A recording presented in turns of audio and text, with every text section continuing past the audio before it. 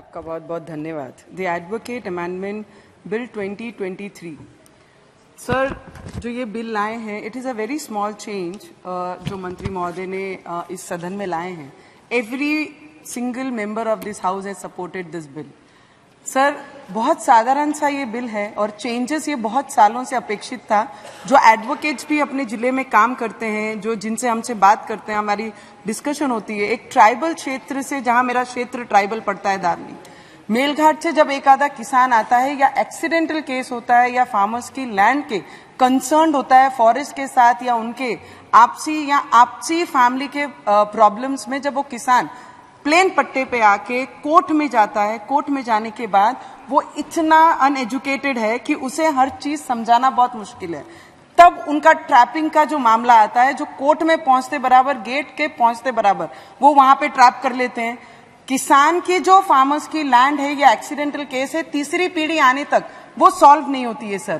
पर उसके केस का निर्णय जब लगेगा, पर वो जो एक आधी एकड़ उनके पास रहती है वो भी बिकने की बारी आ जाती है, तब तक उसका कोई निर्णय नहीं लगता। और उसको तारीख पे तारीख दिलाने वाला जो ये इमीडिएटर, जो दलाल वहां पे गेट पे बैठा रहता है, जो आते बराबर उन्हें ट्रैप कर लेता है, इसको हटाने का जो बिल लाया गया है दी बेस्ट है। क्योंकि एडवोकेट से बात करते हुए, क्योंकि नया जब एडवोकेट कोर्ट में आता है तो उसे 2-2.5 साल लगते हैं अपनी सोशलाइट बना के लोगों तक अपना संपर्क करना।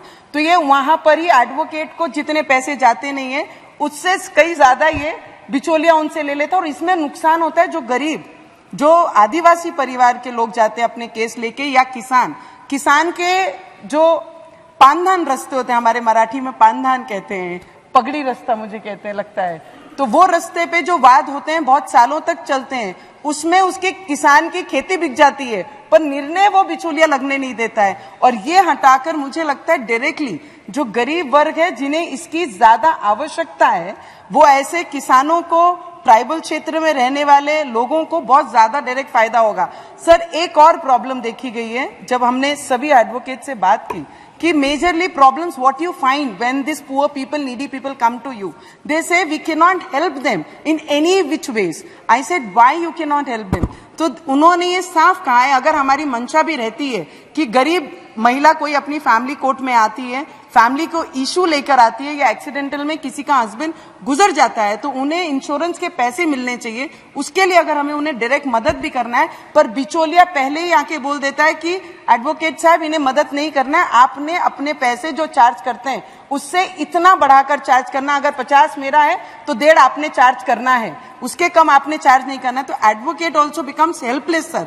पर उस दौरान sir it is very important, और वो बिचौलिया इतना फेमिलियर हो जाता है वो परिवार के साथ कि अगर हस्बैंड गुजर जाता है एक्सीडेंट में या एनी विच वेज कि डिवोर्स का कोई विषय चलता है, तो वो इतना फेमिलियर हो जाता है, फीमेल के पास पैसे नहीं रहते हैं देने के लिए, तो वो उनका मिस यूज करती हैं वो फीमेल का, वो बिचौलिए। तो ये बिल लाकर, अमेंडमेंट लाकर, मुझे लगता है ऐसे परिवारों को, ऐसे किसान को, जरूरतमंदों को, जिनके केस कोर्ट में चल रहे हैं और जिनके कारण, बिचौलियों के कारण बहुत ज्यादा नुकसान डायरेक्टली ये गरीब लोगों को होता है, और ये लाकर मुझे लगता है उनको डायरेक्ट फायदा हमारे मंत्री महोदय पहुंचा रहे। इसके लिए आपका दिल से बहुत बहुत धन्यवाद करती हूँ और we support this bill. Thank you.